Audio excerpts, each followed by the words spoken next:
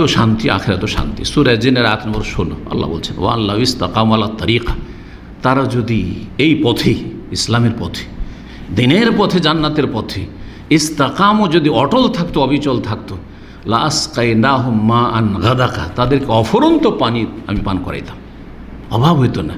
পানি থেকেই সব কিছু। পানি না হলে মানুষ বাঁচবে না, পানি না হলে মানুষ ভূমিষ্ঠ হবে না, জন্ম নেবে না, পানি না হলে কোনো কিছুই হবে না। ওই যে আল্লাহ মিনাল মাই কুল্লা সেই নাই, কিছুই হবে না, জীবন অচল। সব কিছুর উপাদানে পানি রয়েছে, মানুষ সৃষ্টি থেকে শুরু করে সব কিছুতে, জি, খাদ্য ইত্যাদি। আল্লাহ রাব্বুল কোনো অভাব রাখবেন না। আর আখিরাত তো রয়েছে, যেমনটা বলছিলাম, উপকারিতার দিকে আমি যাচ্ছি না। এখন মাধ্যমগুলি দিনের উপর অটল থাকার জন্য চেষ্টা করতে হবে। চেষ্টা করলে তখনই কাজ হবে, চেষ্টা না থাকলে কখনো কাজ হবে না।